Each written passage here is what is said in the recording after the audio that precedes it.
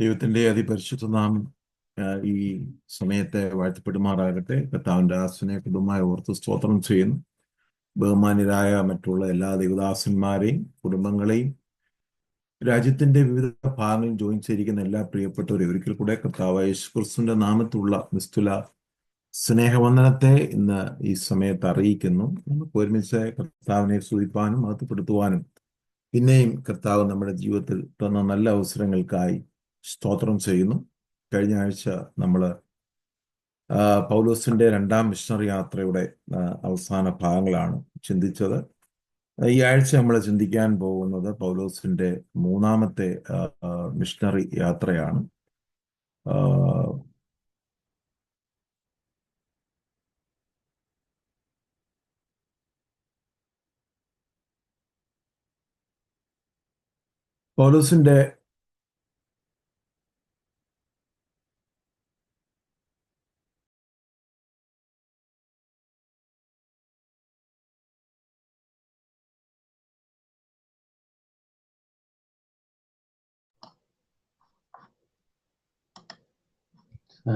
പൗലോസിന്റെ മൂന്നാം മിഷണറി യാത്രയുടെ ഒരു പവർ പോയിന്റ് പ്രസന്റേഷനാണ്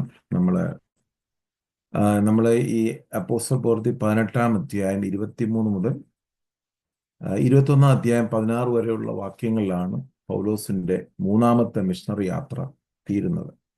നമ്മൾ ഇന്ന് രാത്രിയിൽ 18-ാമത്തെ 23 മുതൽ അപ്പോസ്തല പ്രവൃത്തി 19-ാം അധ്യായം 1 മുതൽ 41 വരെയുള്ള ഭാഗങ്ങളാണ് ഇന്ന് രാത്രി ചിന്തിപ്പാൻ കർത്താവിൽ ശരണം പ്രാപിക്കുന്ന നിങ്ങളുടെ വിലയേറിയ പ്രാർത്ഥന ഈ സമയത്ത് ചോദിക്കുന്നു. ഇതിന്റെ ഒന്നാമത്തെ പാർട്ടായിട്ടാണ് ഇന്ന് രാത്രി ഈ ഭാഗങ്ങൾ ചിന്തിക്കുന്നത്.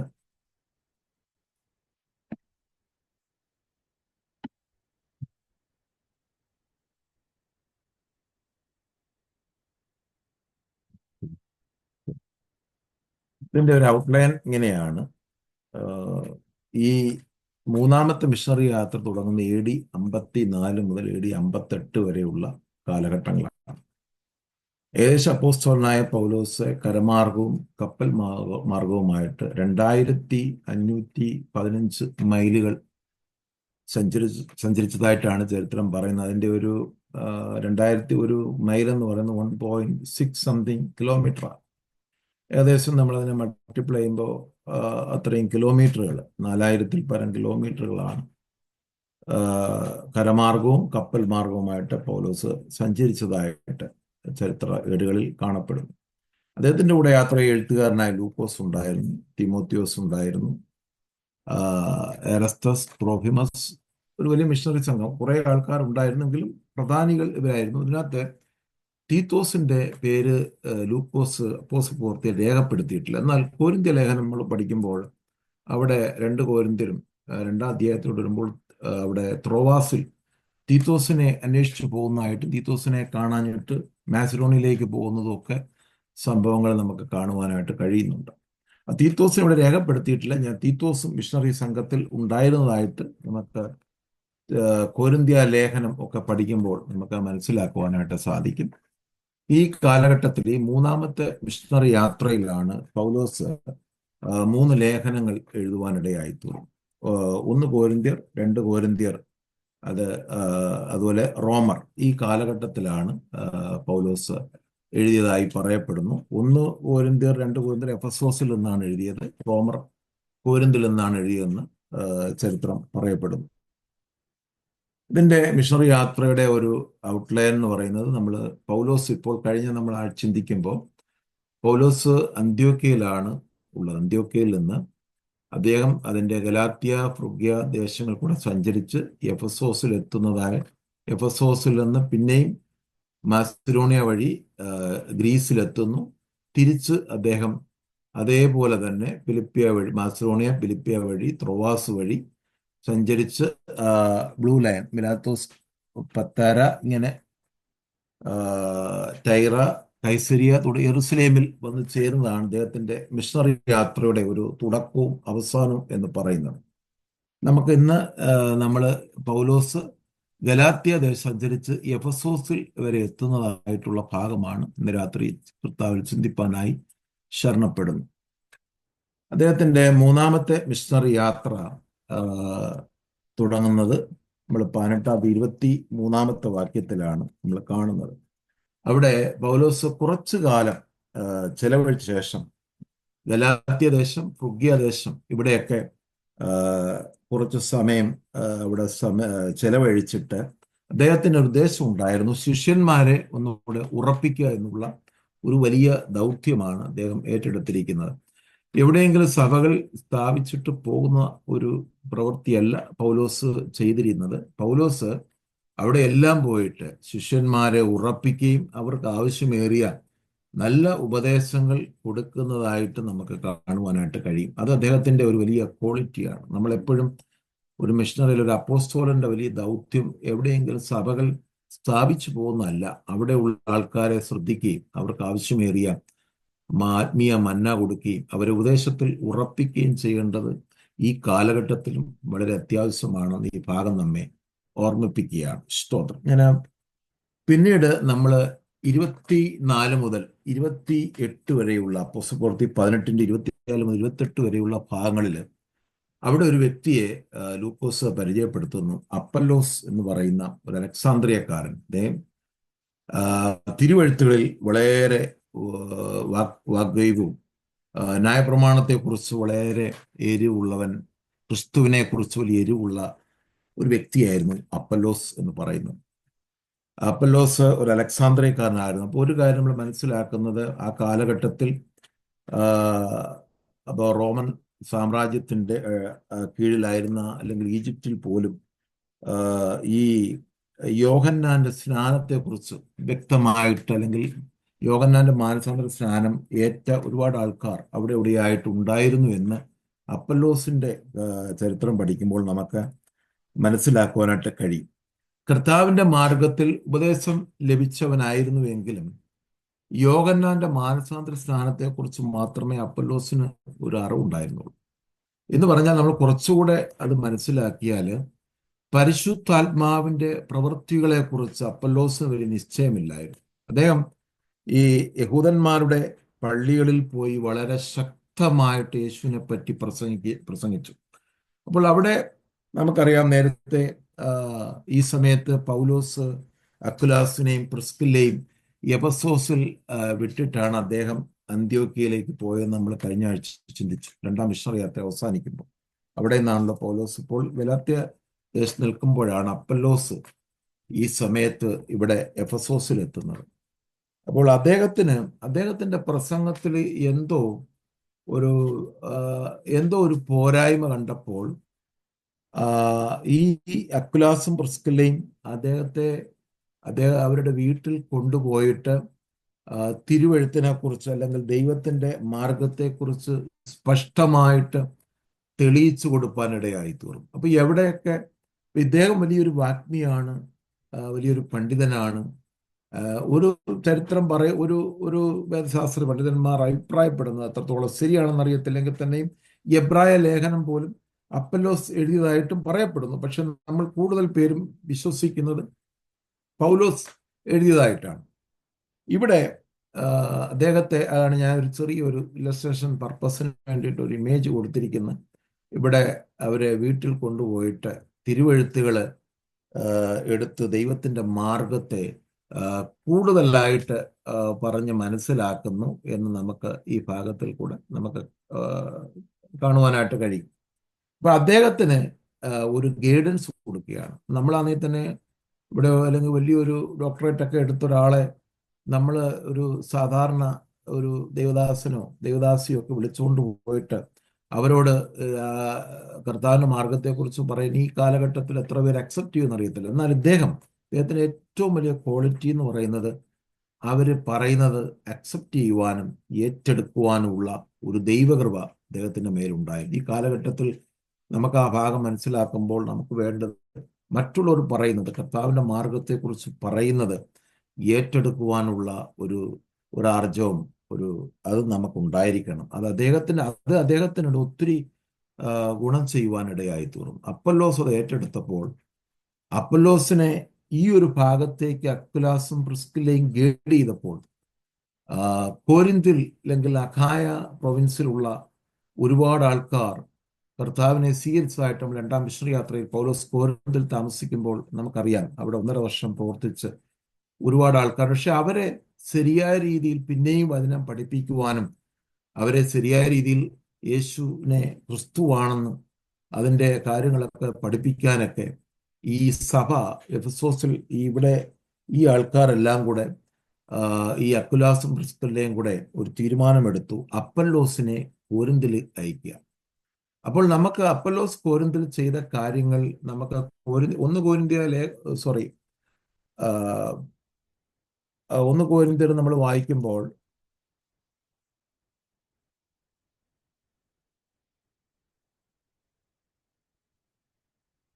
കൊരിന്ത്യ ലേഖനം നമ്മൾ വായിക്കുമ്പോൾ അവിടെ അപ്പല്ലോസിനെ കുറിച്ച് പറയുന്നുണ്ട്. അപ്പല്ലോസ് കൊരിന്ത്യ സഭയിൽ വളരെ ശക്തമായ ഒരു സ്വാധീനം ചെലുത്തി. അതുകൊണ്ടാണ് പൗലോസ് അവിടെ ഒരു ഭിന്നത ഉണ്ടായപ്പോൾ പറയുന്നുണ്ട്, ചില പൗലോസിന്റെ പക്ഷക്കാർ, ചില അപ്പല്ലോസിന്റെ പക്ഷക്കാർ, ചില കേഫാവിന്റെ പക്ഷക്കാർ, ചില യേശുവിന്റെ പക്ഷക്കാർ. അപ്പൊ അപ്പല്ലോസിന് ഭയങ്കര സ്വാധീനം ഈ കോരിന്തിൽ ഉണ്ടായിരുന്നു എന്ന് നമുക്ക് മനസ്സിലാക്കാൻ കഴിയും. എത്രത്തോളം ആൾക്കാരെ വിശ്വാസത്തിൽ കൊണ്ടുവരുവാനും ഉറപ്പിക്കുവാനും അപ്പല്ലോസിന് കഴിഞ്ഞത് ഈ ഒരു കുടുംബത്തിന്റെ ഒരു ഗൈഡൻസ് ആണെന്ന് നമുക്ക് ഇന്ന് രാത്രി അത് പറയേണ്ടിയിരിക്കുന്നു.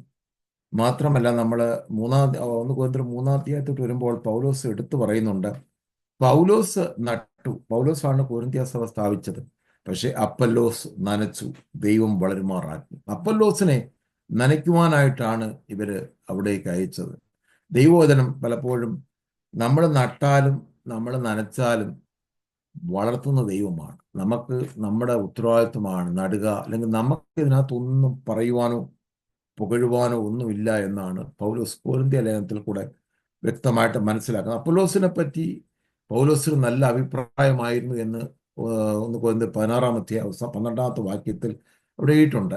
ഒന്ന് വായിക്കാൻ നല്ലതായിരിക്കും. 1 കൊരിന്ത്യർ 16:12. അപ്പൊല്ലോസിന്റെ കാര്യം ഒന്ന് ചോദിച്ചൊരു 1 കൊരിന്ത്യർ 16:12. 1 കൊരിന്ത്യർ 16:12.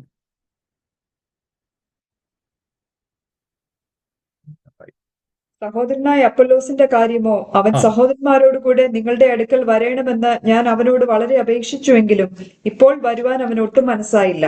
അവസരം കിട്ടിയാൽ അവൻ വരും. ആമേ, സ്തോത്രം. അപ്പോൾ അപ്പൊല്ലോസിന് വലിയ കാര്യമായിരുന്നു, വലിയ സ്നേഹമായിരുന്നു. തൻ്റെ കൂടെ ചേർത്ത് നിർത്തിയ ഒരു ശുശ്രൂഷകനായി യോഹന്നാന്റെ മാനസാന്തര സ്നാനത്തെ പറ്റി മാത്രം അറിവുണ്ടായിരുന്ന അപ്പൊല്ലോസിനെ യേശുവിന്റെ മാർഗം അധികമായി ഈ കുടുംബം തെളിയിച്ചു കൊടുക്കുകയും കോരിന്ത്യ സഭയ്ക്ക് വലിയ പ്രയോജനം ചെയ്ത ഒരു വ്യക്തിയായി രൂപാന്തരപ്പെടുവാനിടയായി തോന്നി. അപ്പോൾ നമ്മുടെ കഴിവുകളും നമ്മുടെ അറിവുകളും ഒക്കെ ദൈവത്തിന് സമർപ്പിക്കുമ്പോൾ ദൈവം നമ്മെ ശക്തമായിട്ട് ഉപയോഗിക്കുവാനിടയായിത്തീരും. നമ്മൾ പഠിച്ചിരിക്കുന്ന തിയോളജികൾ, അല്ലെങ്കിൽ നമ്മൾ പഠിച്ചിരിക്കുന്ന ഏത് കാര്യങ്ങളും അത് ദൈവമാർഗത്തിന് പ്രയോജനപ്പെടുത്തുമ്പോൾ ദൈവം നമ്മളെ ശക്തമായിട്ട് ഈ കാലഘട്ടത്തിലും ഉപയോഗിക്കുമെന്നുള്ളതാണ് അപ്പല്ലോസിന്റെ ഒരു ചരിത്രം നമ്മൾ പഠിക്കുമ്പോൾ നമുക്ക് മനസ്സിലാക്കുവാനായിട്ട് കഴിയുന്നത്. സ്തോത്രം. ഇനി നമ്മൾ ഈ ഭാഗം അപ്പല്ലോസ് കോരിന്തിലെത്തുകയും അവരെ യേശു ക്രിസ്തു എന്ന് തിരുവെഴുത്തുകളിൽ തെളിയിച്ചുകൊണ്ട് അവരെ യഹൂദന്മാരെ പരസ്യമായി കണ്ണിച്ചു കളഞ്ഞതായിട്ട് ഇവിടെ എഴുതി ചേർത്തിരിക്കുന്നു. സ്തോത്രം. പിന്നീട് നമ്മൾ 19-ാം അധ്യായത്തിലേക്ക് വരുമ്പോൾ പൗലോസ് എഫെസോസിൽ വരികയാണ്. അപ്പൊല്ലോസ് കോരിന്തിൽ പോയ സമയത്ത് പൗലോസ് ഗലാത്യ ദേശത്തിന്റെ അതിൻ്റെ ഉൾപ്രദേശങ്ങളിൽ കൂടെ, അല്ലെങ്കിൽ അപ്പർ പാർട്ടിൽ കൂടെ സഞ്ചരിച്ച് അദ്ദേഹം ഏഷ്യ മൈനറിൽ എഫെസോസിൽ ആസിയുടെ പ്രദേശത്ത് എത്തുന്നതായിട്ട് നമുക്ക് മനസ്സിലാക്കുവാനായിട്ട് കഴിയും. അവിടെ എത്തിയപ്പോൾ ചില ശിഷ്യന്മാരെ പൗലോസ് കണ്ടു. അവിടെ ആ ഭാഗം നമ്മളൊന്ന് ജസ്റ്റ് ചിന്തിപ്പാൻ ആഗ്രഹിക്കുന്നത്, അവിടെ അദ്ദേഹം എഫെസോസിൽ എത്തിയപ്പോൾ അവിടെ അക്വിലാസും പ്രിസ്കില്ല ഉണ്ട്, ഒക്കെ ഉണ്ടെങ്കിൽ തന്നെയും അവിടെ ഒരു വലിയ ദൈവപ്രവൃത്തി നടന്നതായിട്ട് അവിടെ കാണുന്നില്ല. പൗലോസിന് എഫെസോസിൽ വന്നപ്പോൾ ഒരു കാര്യം മനസ്സിലായി, ഇവിടെ പരിശുദ്ധാത്മാവ് പ്രാപിച്ച ഒരു വ്യക്തി ഒരു ദേശത്തുണ്ടെങ്കിൽ ഒരു ദേശത്തൊരു വലിയ മാറ്റം ഉണ്ടാകുവാനായിട്ട് ഇടയായി.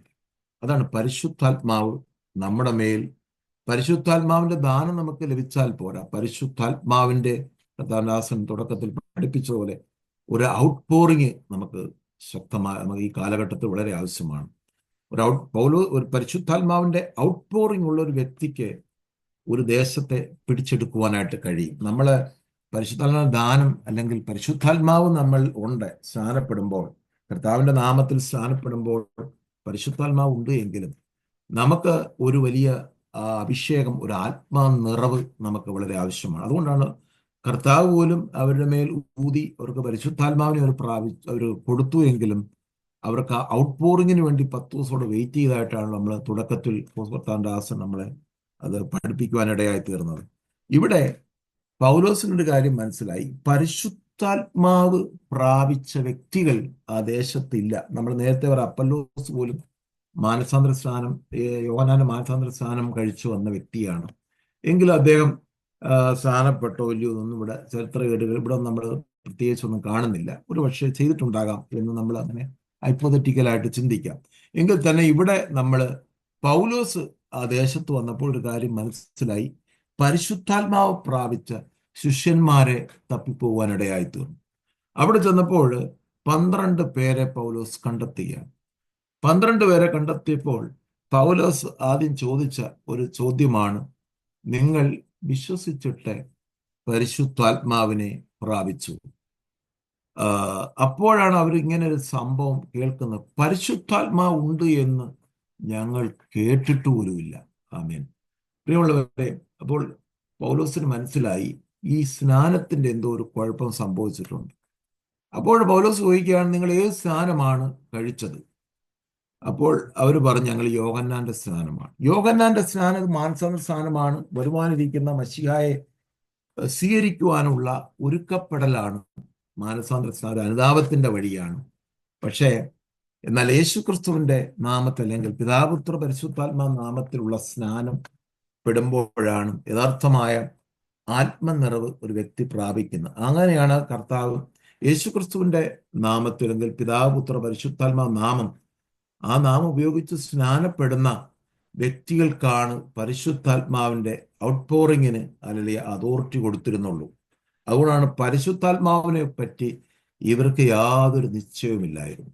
അതുകൊണ്ടാണ് അവിടെ ദൈവപ്രവൃത്തി നടക്കാതെ പോയതെന്ന് നമുക്ക് കാണുവാനായിട്ട് കഴിയും. അതാണ് നമ്മൾ 1 മുതൽ 7 വരെയുള്ള വാക്യങ്ങൾ ചിന്തിക്കുമ്പോൾ അവര് അത് കേട്ടിട്ട് അവര് ഒന്നുകൂടെ കർത്താവായ യേശുവിന്റെ ആ നാമം അല്ലെങ്കിൽ ആ അതോറിറ്റി ഉപയോഗിച്ച് അവരെ പൗലോസ് സ്നാനപ്പെടുത്തുവാൻ ഇടയായി തീർന്നു. അവര് സ്നാനപ്പെട്ടപ്പോൾ പരിശുദ്ധാത്മാവ് ലഭിച്ചു. പക്ഷെ പൗലോസ് ആത്മനിയോഗത്താൽ അവരുടെ മേൽ കൈവച്ചപ്പോൾ അവർക്ക് അന്യഭാഷ വരങ്ങളോട് കൂടെ അലളിയ ആ ഒരു ഗിഫ്റ്റ്, ഒരു ഔട്ട് പോറിങ്, പരിശുദ്ധാത്മാവിന്റെ ഔട്ട് പോറിങ് ലഭിക്കുവാനിടയായി. അന്യഭാഷ എന്ന് പറയുന്നത് ഒരു വരമാണ്. അല്ലെ പൗലോസ് പറയുന്നു, കൊരിന്ത്യ സഭയ്ക്ക് ലേഖനം പറയുന്നുണ്ട്, നിങ്ങൾ കൃപാവരങ്ങൾ പ്രാപിക്കണം, കൃപാവരങ്ങൾ വാഞ്ചിക്കണം. അപ്പോൾ അന്യഭാഷ വരം അവർക്ക് ലഭിക്കുവാൻ ഇടയായി തീർന്നു. അവരുമായി ചേർന്നിട്ടാണ് അപ്പോസ്തലനായ പൗലോസ് ഈ എഫെസോസിൽ ഒരു സഭ സ്ഥാപിക്കുവാൻ ആ ഒരു നീക്കം, ഒരു മൂവ്മെന്റ് അവിടെ നടത്തുന്നതായിട്ട് നമുക്ക് മനസ്സിലാക്കാനായിട്ട് കഴിയും. ഇന്ന് ഈ കാലഘട്ടത്തിൽ നമ്മൾ വിശ്വസിക്കേണ്ടത് ആ പരിശുദ്ധാത്മാവിന്റെ നിറവ് പ്രാപിച്ച വ്യക്തികൾക്ക് മാത്രമേ ദേശത്തെ അന്ധകാരത്തെ നീക്കുവാനായിട്ട് കഴിയത്തുള്ളൂ. അന്ധകാരം നീങ്ങണമെങ്കിൽ നാം ആത്മാവിൽ നിറഞ്ഞവരായി, ആത്മാവിന്റെ അഭിഷേകത്തോടെ നിൽക്കുന്നവരായി തീരണമെന്ന് ഈ ഭാഗങ്ങൾ നമ്മളെ ഓർപ്പിക്കുകയാണ്. പൗലോസ് കൈവച്ചു. പൗലോസിന് പ്രത്യേകിച്ച് ഒന്നുമില്ല. പൗലോസ് ദൈവത്തിന്റെ അല്ലെങ്കിൽ ദൈവാത്മാവിന്റെ നിയോഗത്താൽ കൈവെക്കുമ്പോൾ, ഹല്ലേലൂയ സ്തോത്രം, അവിടെ അന്യഭാഷ അടയാളത്തോടുകൂടെ അന്യഭാഷ വരവും അവർക്ക്, ഹല്ലേലൂയ സ്തോത്രം, പ്രവചന വരവും കൂടെ അവർക്ക് ലഭിക്കാൻ ഇടയായി തീർന്നു. അപ്പൊ 2 വരങ്ങളാണ് ഒരേ സമയത്ത്, ഭാഷാവരവും പ്രവചനവരവും അവർക്ക് ലഭിക്കുവാൻ ഇടയായി തീർന്നു എന്ന് നമുക്ക് മനസ്സിലാക്കുവാനായിട്ട് കഴിയും. ഹല്ലേലൂയ. ഇവിടെ പള്ളികളിൽ ചെന്ന്, ഞാൻ പറഞ്ഞല്ലോ, എവിടെ പോയാലും 10 യഹൂദന്മാരുണ്ടെങ്കിൽ അവർക്ക് അവിടെ ഒരു പള്ളിയുണ്ട്, സിനഗോഗുണ്ട്. പള്ളികളിൽ ചെന്ന് ദൈവരാജ്യത്തെക്കുറിച്ച് ഏറെ 3 months പൗലോസ് ശക്തമായി പ്രസംഗിച്ചുകൊണ്ട് സമയത്ത് ഇവിടെയും എതിർക്കുന്ന ഒരു വിഭാഗം ആൾക്കാർ ഇവിടെ ഉണ്ടായിരുന്നു. അതുകൊണ്ട് അവരുടെ ഹൃദയം അവർ കഠിനപ്പെട്ട് വളരെ അനുസരിക്കാതെ പോയ സമയത്ത് പൗലോസ് ഒരു കാര്യം, അവിടെ ഒരു തുറന്നോസിന്റെ, നമ്മളിവിടെ ചില ഇമേജുകൾ ഇവിടെ കൊടുത്തിട്ടുണ്ട്. ഇതൊക്കെ ഇതെല്ലാം പൊളിഞ്ഞു പോയ അവശിഷ്ടങ്ങളുടേതാണ്. തുറന്നോസിന്റെ ഒരു പാഠശാല അവിടെ ഉണ്ടായിരുന്നു. അതിന്റെ ചരിത്ര ഏടുകൾ പരിശോധിക്കുമ്പോൾ തുറന്നോസ് രാവിലെ ഉള്ള 11 മണി വരെ സമയമാണ് ഇവരെ വചനം പഠിപ്പിക്കുകയും അതിനുശേഷം ഉച്ച കഴിഞ്ഞുള്ള സമയം പൗലോസ് ജോലിയൊക്കെ കഴിഞ്ഞിട്ട് ഈ യഹൂദന്മാരെ യവനന്മാരെ എല്ലാം കൂടെ ആ പാഠശാലയിൽ അല്ലെങ്കിൽ ആ ബൈബിൾ സ്കൂളിൽ കൊണ്ടുപോയി വചനം പഠിപ്പിക്കുവാനിടയായി തീർന്നു. അപ്പോൾ അങ്ങനെയാണ് ഇവിടെ അവർ വേറിട്ട് ശിഷ്യന്മാരെ വേറിട്ട് കൊണ്ടുപോയി. നമുക്ക് ആ ഭാഗം ഒന്ന് വായിക്കാമോ? 9-ഉം 10-ഉം ഒന്ന് അപ്പോസ്തലപ്രവൃത്തി 19-9-10. എന്നാൽ ചിലർ കഠിനപ്പെട്ട് അനുസരിക്കാതെ പുരുഷാരത്തിന് മുൻപാകെ ഈ മാർഗത്തെ ദുഷിച്ചപ്പോൾ അവൻ അവരെ വിട്ട് ശിഷ്യന്മാരെ വേർതിരിച്ചു തുറന്നോസിന്റെ പാഠശാലയിൽ ദിനം പ്രതി സമ്പാദിച്ചു പോന്നു. അപ്പോൾ പൗലോസ് തുറന്നോസിന്റെ ആ ബൈബിൾ സ്കൂളിൽ ശിഷ്യന്മാരെ വേറിട്ട് നിർത്തി. അദ്ദേഹം കൂടാരപ്പണിയാണ്, ഉപജീവനത്തിന് വേണ്ടി തൊഴിൽ ചെയ്യുന്ന വ്യക്തിയാണ്. പാർട്ട് ടൈം ആയിട്ട് തൊഴിൽ ചെയ്യുകയും ബാക്കി സമയങ്ങൾ മുഴുവൻ കർത്താവിന്റെ വേലയ്ക്ക് വേണ്ടി അദ്ദേഹം തന്റെ ജീവിതത്തെ ഒഴിഞ്ഞു വെക്കുകയും ചെയ്തതായിട്ട് നമുക്ക് കാണുവാനായിട്ട് കഴിയും. അദ്ദേഹം തെസ്സലോനിക്കർക്ക് ലേഖനങ്ങൾ പറയുന്നു, ഞാൻ രാവും പകലും ഞാൻ അധ്വാനിച്ചത്രേ നിങ്ങളുടെ ഇടയിൽ വേല ചെയ്തതെന്ന് തെസ്സലോനിക്കക്കാരോട് പറയുന്നുണ്ട്. ഇവിടെ പൗലോസ് തന്റെ കൂടാരപ്പണി ചെയ്ത് ഉറങ്ങാതെ, എഫെസോസിൽ ആ ഉച്ച കഴിഞ്ഞ് നല്ല ചൂടുള്ള സമയത്ത് അവരൊക്കെ ഉറങ്ങുന്ന സമയത്ത് പൗലോസ് ഉറങ്ങാതെ ഇവരെ ചേർത്ത് നിർത്തിക്കൊണ്ട് ദൈവവചനം അവരെ പഠിപ്പിക്കുവാനായിട്ട് തുടങ്ങി. അത് ഏകദേശം 2 വർഷത്തോളം തുടർമാനമായി ബൈബിൾ സ്കൂളിൽ ഇവരെ ദൈവവചനം പഠിപ്പിക്കുവാനിടയായി തീർന്നു. അങ്ങനെ ഏഷ്യയിൽ അല്ലെങ്കിൽ എഫെസോസ്, ഏഷ്യ തുടങ്ങിയ സ്ഥലങ്ങളിൽ ശക്തമായി ദൈവവചനം വ്യാപിക്കുവാനിടയായി തീർന്നു. കർത്താവിന്റെ നാമം അവിടെ ശക്തിയോടെ പ്രബലപ്പെട്ടു. ഈ ഭാഗം ചിന്തിക്കുമ്പോൾ കഴിഞ്ഞ മലബാറിലെ ഒരു വലിയ കൺവെൻഷനില്, കേരളത്തെ പ്രഗത്ഭനായ ഒരു കൺവെൻഷൻ പ്രാസംഗികൻ, പേര് പറയുന്നില്ല, അദ്ദേഹം പറഞ്ഞു, പൗലോസ് 3 വർഷം പഠിപ്പിച്ചിട്ടും ഒന്നും നടന്നില്ല. അദ്ദേഹത്തിന്റെ കൂടെ അസാധാരണ വീര്യപൂർത്തികൾ നടന്നപ്പോഴാണ് ഈ അവിടെ ആൾക്കാർ രക്ഷിക്കപ്പെടുവാനിടയായി തീർന്നതെന്ന് പറയുവാനിടയായി. ഞാൻ ആ ഭാഗത്തെ ശക്തമായി എതിർക്കുകയാണ്. കാരണം പൗലോസ് കൊരിന്ത്യലേഖനത്തിൽ പറയുന്നുണ്ട്, ഞങ്ങളുടെ വചനം, ഞങ്ങൾ പ്രസംഗിച്ച വചനം അത് ആത്മാവിന്റെയും ശക്തിയുടെയും പ്രസംഗത്താൽ അത്രേ വന്നു. അപ്പോൾ ദൈവത്തിന്റെ വചനം അതിന് ശക്തി ഉള്ളതാണ്. അത് ക്രിയ ചെയ്ത് മടങ്ങി വരുത്തു. ദൈവവചനം ഇല്ലാതെ ഉള്ള ക്രിയകളൊന്നും തന്നെ നമുക്ക് നടക്കുവാൻ സാധ്യമല്ല. അതുകൊണ്ടാണ് ഇന്ന് അത്ഭുതങ്ങളും അടയാളങ്ങളും ഒക്കെ തേടി ആൾക്കാർ പോകുന്നെങ്കിലും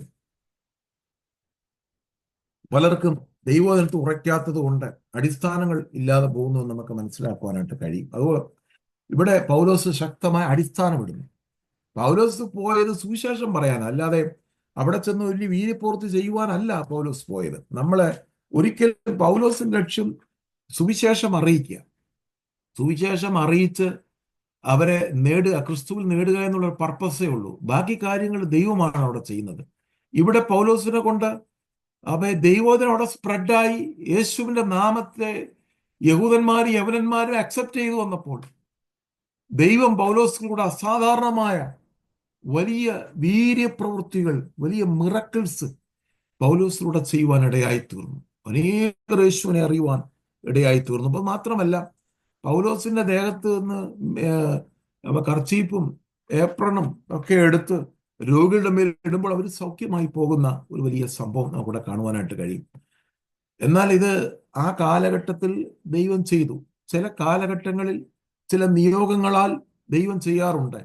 എല്ലാ കാലഘട്ടത്തിലും എല്ലാം അതുപോലെ ചെയ്യണമെന്ന് ഒന്നും നമുക്ക് പറ്റത്തില്ല. അങ്ങനെ ചെയ്യുന്നില്ല. കർത്താവ് മണ്ണെടുത്തു, അതിനകത്ത് തുപ്പി ചേറുണ്ടാക്കി ഒരു കുരുടന്റെ കണ്ണെ പുരട്ടി സൗഖ്യമാക്കി. ഈ വന്ന കാലത്ത് നമുക്ക് ചെയ്യാൻ പറ്റൂ. നമ്മൾ തുപ്പിയ മണ്ണെടുത്ത് ഒരാളുടെ കണ്ണി വെച്ചാൽ അത് അക്സെപ്റ്റ് ചെയ്യും. നമ്മുടെ ദേഹത്തെ വിയർപ്പ് ഉള്ള ഒരു ഒരു തൂവാല ഒരു ഹാൻകർച്ചീഫ് എടുത്ത് വേറൊരാളുടെ ദേഹത്ത് ഇടുവാനായിട്ട് നമുക്ക് കഴിയുമോ? അങ്ങനെ ഇതൊന്നും ഈ വന്ന കാലത്ത് അത് നമ്മൾ ഫോളോ ചെയ്യുന്നത് ശരിയല്ല എന്നുള്ള ഒരു അഭിപ്രായമാണ് എനിക്കുള്ളത്. ആ കാലഘട്ടത്തിൽ കർത്താവ് പൗലോസിനെ ആ രീതിയിൽ ഉപയോഗിച്ചത് കൊണ്ട് ഇവിടെ ഞാൻ മനസ്സിലാക്കുന്നത് ഇവിടെ ഒരു ഫെയ്ത്ത് ആക്ടിവേറ്റ് ചെയ്യുകയാണ് എപ്പോഴും. അതായത് രക്തസ്രാവമുള്ള സ്ത്രീ കർത്താവിൻ്റെ വസ്ത്രത്തിൻ്റെ തൊങ്ങൽ തൊട്ടാൽ എനിക്ക് സൗഖ്യമാകുമെന്നുള്ള ഒരു വലിയ ഫെയ്ത്ത് അവളുടെ ഉള്ളിൽ രൂപപ്പെട്ടപ്പോഴാണ് അവൾ തൊട്ട് അത് സൗഖ്യമാകുവാൻ ഇടയായി തീർന്നത്. അതുകൊണ്ട് നമ്മൾ ഇന്ന് രാത്രി ഈ ഭാഗങ്ങൾ ചിന്തിക്കുമ്പോൾ ഇവരുടെ ഫെയ്ത്തിൻ്റെ ഒരു എക്സ്പ്രഷനാണത്. അവർക്ക് ആ ഫെയ്ത്ത് ഉണ്ടായി. പൗലോസിന്റെ ദേഹത്തു നിന്ന് റൂമാലെടുത്ത് രോഗിയുടെ മേൽ ഇട്ടാൽ രോഗികൾ സൗഖ്യമാകും എന്നുള്ള ഒരു ഫെയ്ത്ത് അവരുടെ ഇടയിൽ രൂപപ്പെടുവാനിടയായി തീർന്നു. അതാണ് നമ്മൾ ആ ഭാഗത്തൂടെ നമ്മൾ ചിന്തിക്കുവാനായിട്ട് താല്പര്യപ്പെടുന്നത്. എന്നാൽ ഈ സമയത്ത്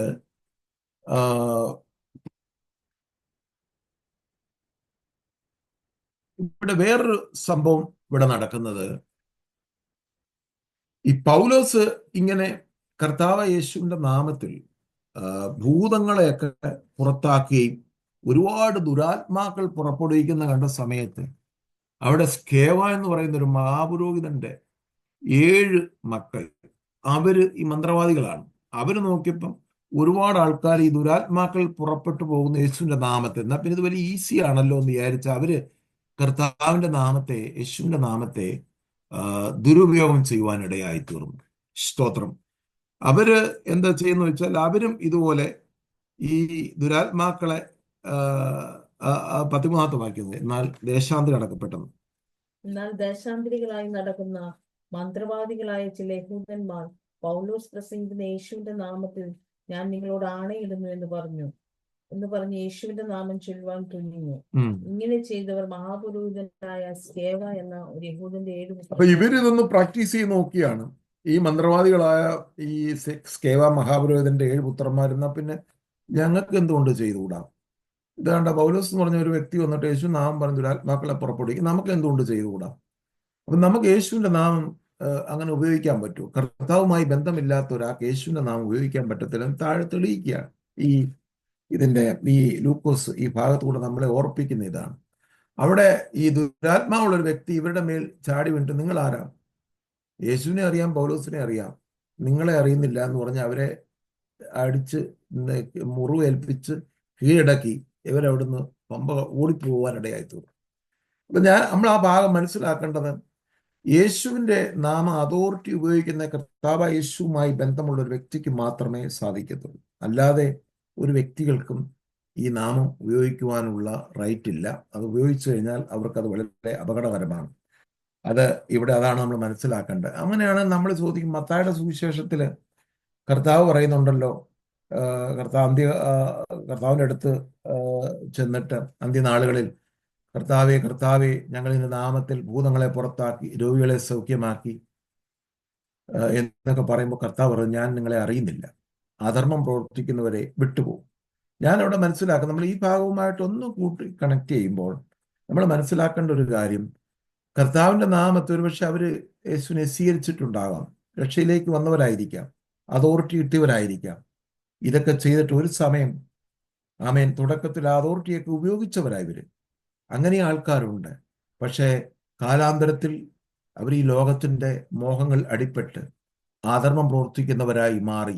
അതുകൊണ്ട് അവരെക്കുറിച്ച് പറയുന്നു, നിങ്ങൾ ആ ആദ്യ ഇനിഷ്യൽ സ്റ്റേജിൽ അവർ കർത്താവിനോട് ഉണ്ടായിരുന്നു, കുറെ സമയമായപ്പോൾ ഇവർ ഈ ലോകത്തിന്റെ മോഹങ്ങളിൽപ്പെട്ട് അവരെ കർത്താവ് പ്രത്യേകം പറയുന്നുണ്ട്, ഞാൻ കൃപാവരങ്ങളെ കുറിച്ച് അനുദപിക്കുന്നില്ല, അവർക്ക് കൊടുത്ത ഗിഫ്റ്റുകളെ കുറിച്ച് അനുദപിക്കുന്നില്ല. എന്നാൽ ആ സമയത്ത് അവർ ഉപയോഗിച്ചിരുന്നു. പക്ഷേ പിന്നീട് അവർക്ക് കർത്താവുമായുള്ള റിലേഷൻഷിപ്പ് നഷ്ടപ്പെടുന്നു. അതുകൊണ്ടാണ് നിങ്ങളെ ഞാൻ അറിയുന്നില്ല എന്ന് പറയുന്നത്. ഇവിടെ അങ്ങനെയല്ല. ഇവിടെ അവർക്ക് ഒരു കാലത്തും യേശുവുമായിട്ട് യാതൊരു ബന്ധവുമില്ല. യേശുവിനെ സ്വീകരിച്ചവരല്ല, യേശുവിൻ നാമത്തിൽ സ്ഥാനപ്പെട്ടവരല്ല, ഇതൊന്നും ഇവരിവിടെ ചെയ്തവരല്ല എന്ന് നമുക്ക് മനസ്സിലാക്കാൻ കഴിയും. ഈ ഭാഗത്ത് ഇത് അറിഞ്ഞ് അവിടെയുള്ള യഹൂദന്മാർക്കെല്ലാം ഭയങ്കര ഭയമുണ്ടാകുവാൻ ഇടയായി തീർന്നു. കർത്താവിന്റെ നാമം അവിടെ ശക്തമായി പ്രബലപ്പെട്ടു. ആ സമയത്ത് അവിടെ ഒത്തിരി ഈ എഫെസോസിൽ വലിയൊരു സഭയുടെ ആരംഭം തന്നെ ഉണ്ടായി. കർത്താവിന്റെ നാമം ശക്തിപ്പെട്ടു. ഒരുപാട് ക്ഷുദ്രപ്രയോഗങ്ങൾ ചെയ്ത്, ഞാൻ ഇവിടെ ഒരു ഇമേജ് കൊടുത്തിട്ടുണ്ട്. ക്ഷുദ്രപ്രയോഗങ്ങളും ആഭിചാരങ്ങളും ചെയ്തവര്, അതിന്റെ 19ാമത്തെ വാക്യത്തിൽ ഇങ്ങനെ പറയുന്നു, ക്ഷുദ്രപ്രയോഗം പലരും തങ്ങളുടെ പുസ്തകങ്ങളെ കൊണ്ടുവന്ന് എല്ലാവരും കാണുക ചുട്ടുകളഞ്ഞു. അവയുടെ വില കണക്കൂട്ടിയപ്പോൾ 50,000 വെള്ളിക്കാശ്. ഇന്നത്തെ ഒരു കാലഘട്ടത്തിൽ ഈ സമയത്ത് അതിന്റെ വാല്യൂ $6 മില്യൺ വാല്യൂ ആയിരുന്നു അന്നത്തെ 50,000 വെള്ളിക്കാശ്. അത്ര പുസ്തകങ്ങളുണ്ട് അത് കൂട്ടിവെച്ചപ്പോൾ. അത് ഉപയോഗിച്ച് എഫെസോസിൽ മന്ത്രവാദികളുടെ അനാചാരങ്ങളുടെ വലിയ ഒരു ഒരു ഒരു സമ്മിശ്ര ഭാവമായിരുന്നു അവിടെ. വലിയൊരു മൂർത്തി ഭാവം ഉണ്ടായിരുന്നു. എന്നാൽ പൗലോസിനെ പോലെ ഒരു കർത്താവിന്റെ ആത്മാവുള്ള ഒരു ദൈവദാസൻ, ഒരു മാൻ ഓഫ് ഗോഡ്, 12 ശിഷ്യന്മാരുമായി അവിടെ ചേർന്ന് പ്രവർത്തിച്ച് അനേകരെ വചനം പഠിപ്പിക്കുകയും അനേക ദൈവപ്രവൃത്തികൾ പൗലോസ് മുഖാന്തരം ചെയ്യുകയും ഒരു വലിയ സഭ എഫെസോസിൽ ഉടലെടുക്കുവാൻ ഇടയായി. ഏകദേശം 3 വർഷത്തോളം പൗലോസ് എഫെസോസിൽ താമസിച്ച് ഒരു വലിയ സഭയുടെ ആരംഭത്തിന് ഇടയായി തീർന്നതിനെ ഓർത്ത് കർത്താവിന് സ്തോത്രം ചെയ്യുന്നു. പക്ഷെ ഇവിടെ കർത്താവിന്റെ വചനം വളരെ ശക്തിയോടെ പ്രബലപ്പെട്ടു. ഈ സമയത്ത് പൗലോസിന് ഒരു ആഗ്രഹം, അല്ലറിയാം, അവിടെ മാസിഡോണിയയിലും അഖായയിലും കടന്ന് യെരുശലേമിൽ പോകണമെന്നുള്ള ഒരു വലിയ ചിന്ത പൗലോസിന്റെ ഹൃദയത്തിൽ ഉണ്ടായിരുന്നു. അതിനെപ്പറ്റി അതിന്റെ ചരിത്ര ഏടുകൾ പറയുന്നത്, ഇവിടെ നിന്നൊക്കെ പിരിച്ചെടുത്ത, അല്ലെങ്കിൽ മാസിഡോണിയയിൽ നിന്നും അഖായയിൽ നിന്നൊക്കെ പിരിച്ചെടുത്ത ആ പണം കൊണ്ടുവന്ന് യെരുശലേമിൽ അവിടെയുള്ള വിശുദ്ധന്മാർക്ക് കൊടുക്കണമെന്ന് വലിയ ഒരു ആഗ്രഹം പൗലോസിന്റെ ഉള്ളിലുണ്ടായി. അത് 21ാമത്തെ വാക്യം പെട്ടെന്ന് ഒന്ന് വായിക്കാം. ഇത് കഴിഞ്ഞിട്ട് പൗലോസ് മക്കെദോനിയയിലും അഖയയിലും കൂടെ കടന്ന് യെരുശലേമിലേക്കും പോകണം എന്ന് മനസ്സിൽ നിശ്ചയിച്ചു.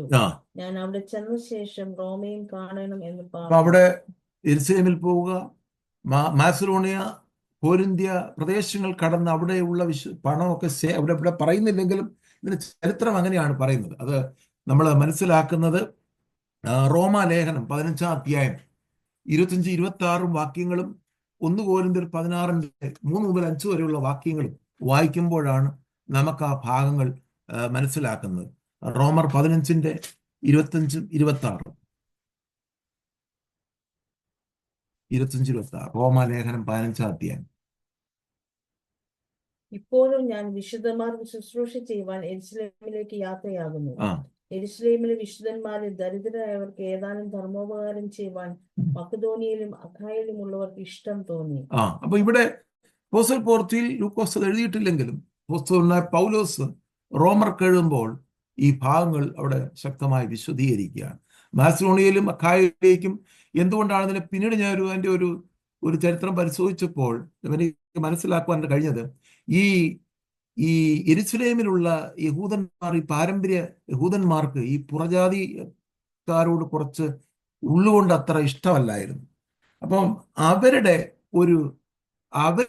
സഹായം ഈ യെരുശലേമിലെ യഹൂദന്മാരായ വിശുദ്ധന്മാർക്ക് കൊടുക്കുമ്പോൾ അവരുടെ ആ മനോഭാവം, ആറ്റിറ്റ്യൂഡ് മാറാൻ വേണ്ടിയാ പൗലോസ് ഇത്രയും സ്ട്രഗിൾ ചെയ്ത് ഈ ഫണ്ട് പിരിവ് റൈസ് ചെയ്തെന്നാണ് ചരിത്ര ഏടുകൾ പറയുന്നത്. അതൊരു വലിയ സത്യമാണ്. കാരണം ഇപ്പൊ പുറജാതിക്കാരുടെ പൊതുവെ അവരുടെ ഉള്ളിൽ ഒരു ഇതുണ്ട്. പുറത്ത് ഇപ്പോഴും നമ്മുടെ ഇടയിൽ ഇതെല്ലാം ഉണ്ടല്ലോ, അന്നും ഉണ്ട് ഇന്നും ഉണ്ട്.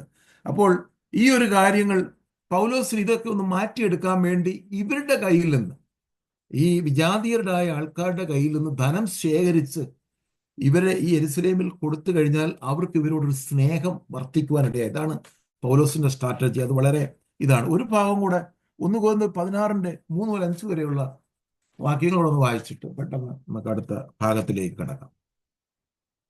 ഞാൻ എത്തിയ ശേഷം നിങ്ങളുടെ ധർമ്മം യെരുശലേമിലേക്ക് കൊണ്ടുപോകുവാൻ നിങ്ങൾക്ക് സമ്മതമുള്ളവരെ ഞാൻ എഴുത്തോടുകൂടെ അയക്കും.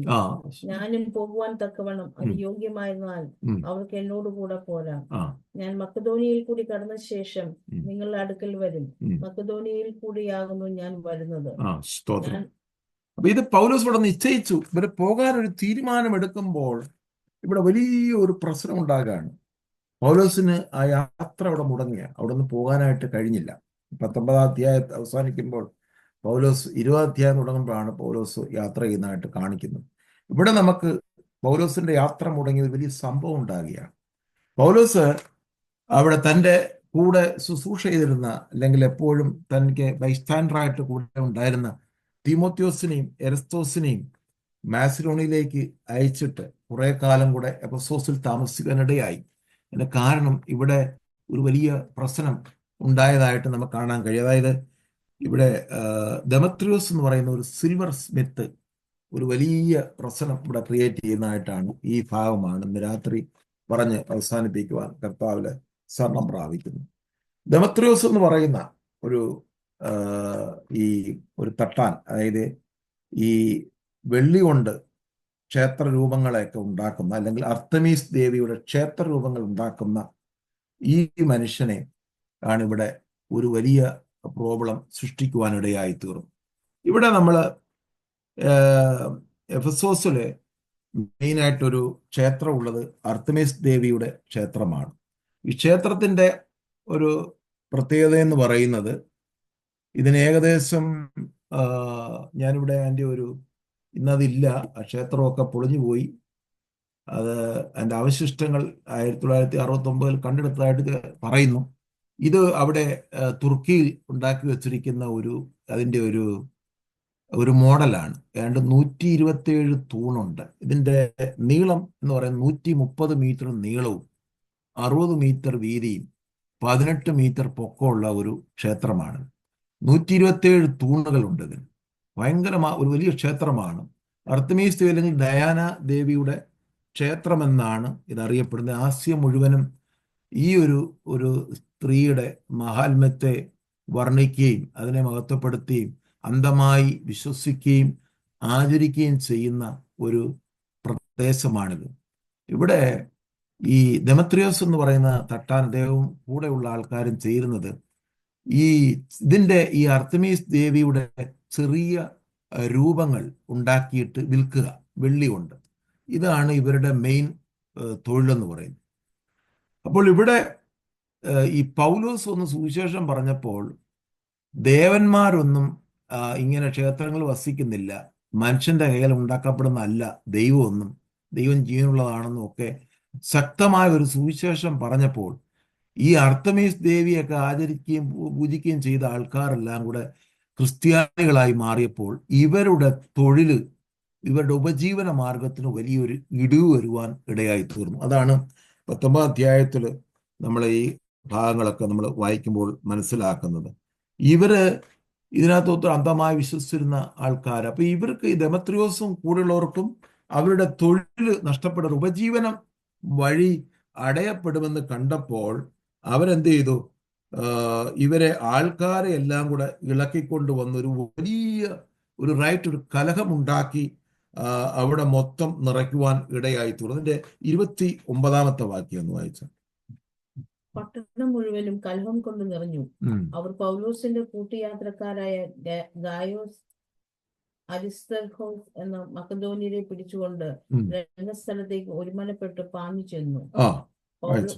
പൗലോസ് ജനസമൂഹത്തിൽ ചെല്ലുവാൻ ഭാവിച്ചാറെ ശിഷ്യന്മാർ അവനെ വിട്ടില്ല. പൗലോസിന്റെ സഹയാത്രികരായ ഗായോസ്, അരിസ്തർഹോസ് മിഷണറി സംഘത്തുണ്ടാകുന്ന ഇവരെയൊക്കെ, ഈ മാസിഡോണിയക്കാരെ ഇവരെയൊക്കെ പിടിച്ചുകൊണ്ട് ഈ രംഗസ്ഥലം എന്ന് പറഞ്ഞ ഒരു വലിയ തിയേറ്ററാണ്. ഒരു 25,000 പേർക്കൊക്കെ ഇരിക്കുവാൻ ഉള്ള ഒരു വലിയ ഒരു തിയേറ്ററാണ് അന്നത്തെ കാലത്ത് ഉണ്ടായിരുന്നത്. അവിടേക്ക് ഇവരെ കൊണ്ടുപോവുകയാണ്. അവരെ കൊണ്ടുപോയപ്പോൾ പൗലോസ് വളരെ എല്ലാത്തിലും വളരെ കറേജിയസ് ആയിട്ടുള്ള ഒരു ധീരനായ ഒരു മിഷണറി, ഒരു അപ്പോസ്തലനായിരുന്നു പൗലോസ്.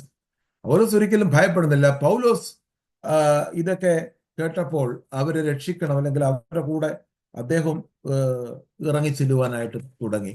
എന്നാൽ അവിടെയുള്ള അധിപന്മാർ അദ്ദേഹത്തിന്റെ പലരും പൗലോസിന്റെ സുഹൃത്തുക്കളാണ് എന്നുള്ള ഒരു കാര്യം കൂടെ ഈ വചനത്തിൽ രേഖപ്പെടുത്തിയിരിക്കും. അത് നമുക്ക് ഒത്തിരി ഗുണം ചെയ്യും. ചില ആൾക്കാർ നമ്മുടെ സുഹൃത്തുക്കളായിട്ടിരിക്കുമ്പോൾ ചില ഏരിയകളിലൊക്കെ നമ്മുടെ സുവിശേഷത്തിന് അത് പ്രയോജനപ്പെടുന്നതായിട്ട് ഇവിടെ കാണുവാനായിട്ട് കഴിയും. അതുകൊണ്ട് പൗലോസിനെ തന്റെ ജീവൻ അപകടത്തിലാണെന്ന് കണ്ടപ്പോൾ ഈ ആസ്യ അധിപന്മാർ അവര് ഈ പൗലോസിനെ അങ്ങോട്ട് പോകാനായിട്ട് വിട്ടില്ല എന്ന് നമുക്ക് കാണുവാനായിട്ട് കഴിയും. 33-ാമത്തെ വാക്യത്തിൽ ഇവിടെ അലക്സാണ്ടർ എന്ന് പറഞ്ഞ യഹൂദനെ പുരുഷാരത്തിൽ സംസാരിക്കുവാനായിട്ട് ഉത്സാഹിപ്പിച്ചു. ഈ അലക്സാണ്ടറെ കുറിച്ച് 1 തീമോത്തിയോസ് 2 തീമോത്തിയോസ് 4:14 ഇവിടെ രേഖപ്പെടുത്തിയിട്ടുണ്ട്. അത് പൗലോസ് അലക്സാണ്ടറിനെ കുറിച്ച് പറയുന്ന ഈ ചെമ്പുപണിക്കാരൻ അലക്സാണ്ടർ എനിക്ക് വളരെ ദോഷം ചെയ്തു എന്ന് അവിടെ എഴുതിയിരിക്കുന്നു.